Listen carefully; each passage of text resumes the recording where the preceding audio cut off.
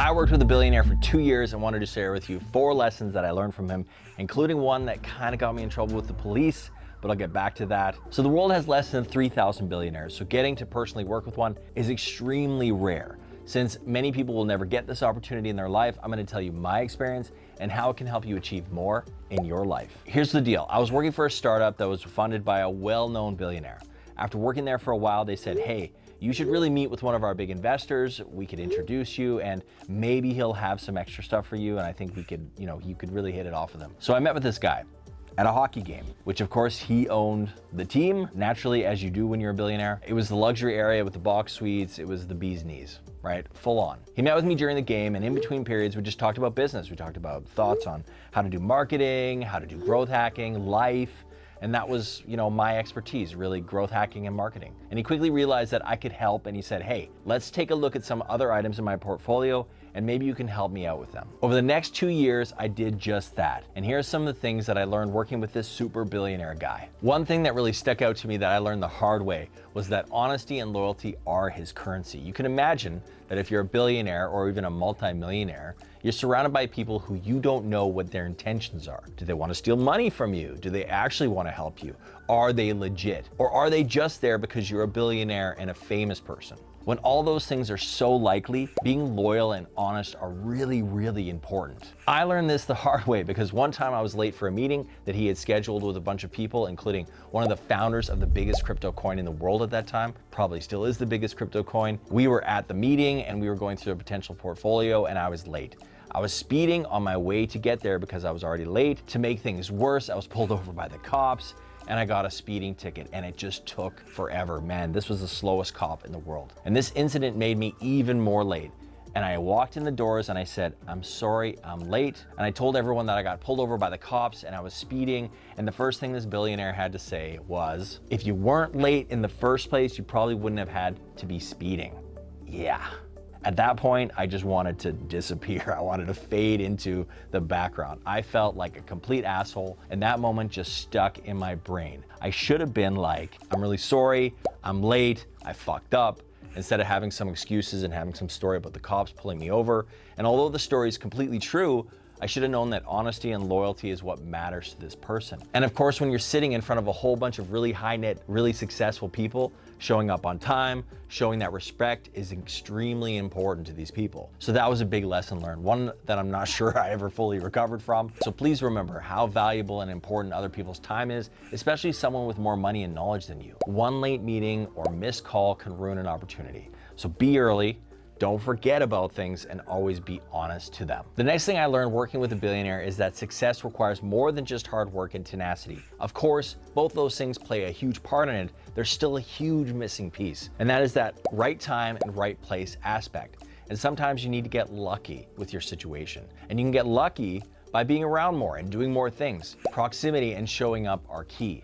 And that's what this billionaire was doing. After he made his money, he started many different companies and started investing in many different places, restaurants, startups, tech, all over the place. He has constantly been putting his money in different places because no matter who you are, it's hard to know what will be successful. And I think that's an important lesson. It's like you don't know what's going to be successful until you start doing it. You could work extremely hard on a startup or a brand or a business, and it just might not succeed because a competitor takes you out, or the market changes, or something significantly changes in the culture. And you just don't know these things until you start doing it. So really the lesson was, yes, hard work and tenacity and intelligence are extremely important, but guess what? Luck is also extremely important. So you have to account for some of that. You have to think about, how can I get lucky more often? How can I diversify? How can I put things in different places so that we have a chance to get lucky more and more often? Another thing I learned working with this billionaire was just how different they think about the world. By nature of them being able to buy so many things, they see the world in a different way. The world is literally their oyster. So one day I was working with the billionaire's wife on a project that she had going on. It was an app that connected successful people with students for mentorship. We were at probably one of the most expensive hotels in the city, and we were going to have some lunch while we worked on the project together. She was looking at the menu, didn't really like what was on the menu. Nothing really caught her eye. So she called over the waiter, not like that, she was very nice, but she called over the waiter and she said, last summer you had this incredible lobster roll. that was just to die for. And I don't see that on the menu here, but I really love that. Would you guys be able to do that for me? The waiter said, without skipping a beat, said, yes, madam, of course. Let me just ask the kitchen if they've got some fresh lobster, and I'll be right back.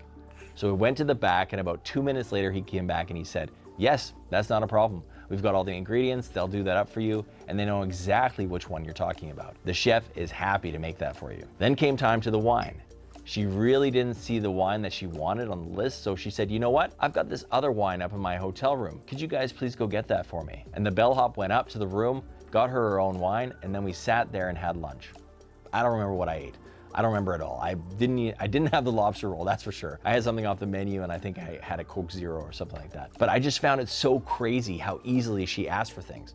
I would have never. She obviously has money to pay for whatever, but I think the lesson and the key takeaway here is that if you're just asking for things, especially in a respectful way, a lot can happen for you. Whether asking someone to come on a podcast, needing some business advice, needing help on a website, or just wanting a lobster roll, it doesn't hurt to ask. Now, one thing to understand is that these billionaires can ask worry-free because worst case, they have money to exchange for value. You, however, might not have billions to exchange. In that case, you need to be prepared to provide value in other ways, such as labor or knowledge. And the worst thing that can happen is they say no. The last lesson I learned from this billionaire was you're not owed any respect. You have to earn your respect and your place in this world.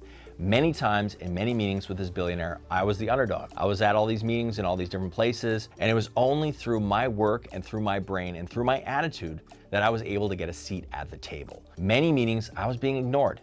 People would be on their phones, and I had to make them respect me. And it just goes to show you, you're not owed anything in this life. You have to earn it.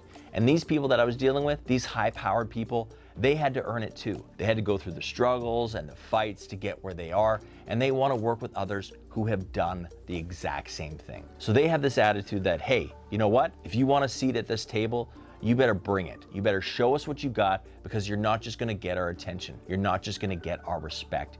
You have to earn it. Those are 4 things that I learned from working with a billionaire.